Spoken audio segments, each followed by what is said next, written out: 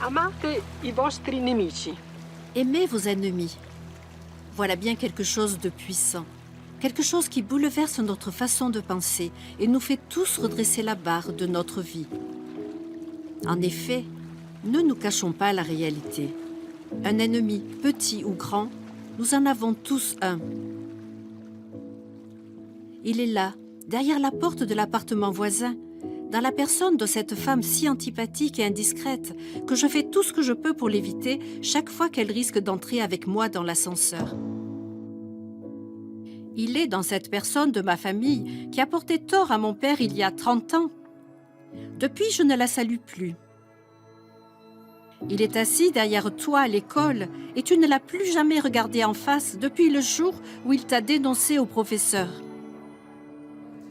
C'est cette fille qui était ton amie et qui t'a planté là pour aller avec un autre. C'est ce commerçant qui t'a dupé. Ce sont ces gens qui n'ont pas les mêmes idées politiques que nous et que nous considérons comme nos ennemis. Il y en a aussi actuellement qui voient l'État comme un ennemi et pratiquent facilement la violence contre ceux qui le représentent. On en trouve aussi, il y en a toujours eu, qui considèrent les prêtres comme leurs ennemis et haïssent l'Église. Oui, tous ces gens-là et bien d'autres encore que nous appelons ennemis sont à aimer.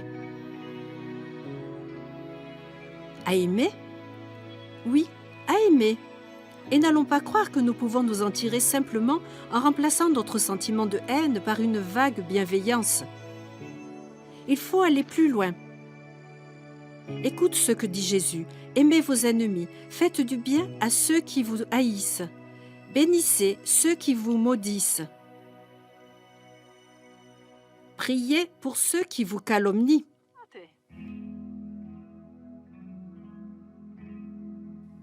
Tu vois, Jésus veut que nous triomphions du mal par le bien. Il veut un amour qui se traduise en gestes concrets. On peut se demander, comment se fait-il que Jésus édicte un tel commandement? Simplement parce qu'il veut modeler notre comportement sur celui de Dieu, son Père, qui fait lever le soleil sur les méchants comme sur les bons, et tomber la pluie sur les justes comme sur les injustes. Voilà la vérité. Nous ne sommes pas seuls au monde. Nous avons un Père et nous devons lui ressembler. Dieu a droit à cette attitude de notre part. En effet, lorsque nous étions ses ennemis, que nous demeurions dans le mal, c'est lui le premier qui nous a aimés, en nous envoyant son Fils, qui est mort de façon terrible pour chacun de nous.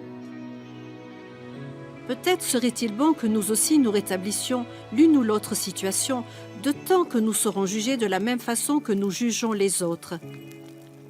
C'est nous-mêmes qui remettons entre les mains de Dieu la mesure avec laquelle il doit nous juger.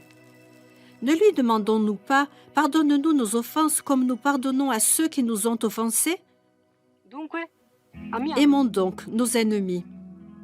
C'est l'unique moyen pour recomposer l'unité, abattre les barrières, construire la communauté.